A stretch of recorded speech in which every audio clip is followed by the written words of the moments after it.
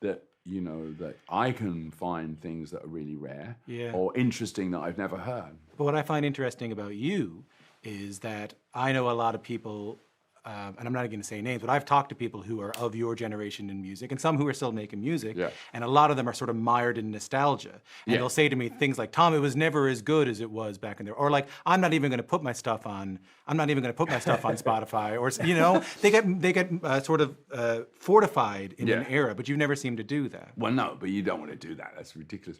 Because you're available on everything. You know, you want to buy a vinyl Rolling Stones record, you can buy one if you want to buy. But not just format, kind of everything. Like the Rolling Stones are you never allow them to be fortified in like a retro thing. Yeah.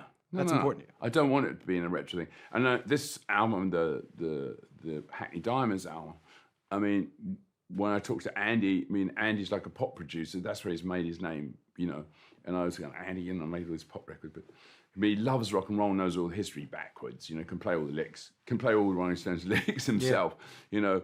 So it's pretty impressive. But I said, Andy, I want it to, I mean, I want it to be true to the school, you know. I want it to be like a Rolling Stones record, but it's got to sound like it was recorded this year, you know. The sonic levels and the way it sounds has got to sound like now. We don't want it to sound like 40 years ago, and of course it doesn't. It sounds like now. The clarity of it, you know, and the fidelity of it, and if you listen to it, compare it to an old Rolling Stones record, it's very, very different. Very, very, very different. Yeah, but still has that heart of the music. But it still has all the things of the Rolling Stones. Yeah. Plus, I think people are wrong about you guys. I think people call you the greatest rock and roll band, and you know whatever. And I know that was just a thing someone said on stage. Yeah.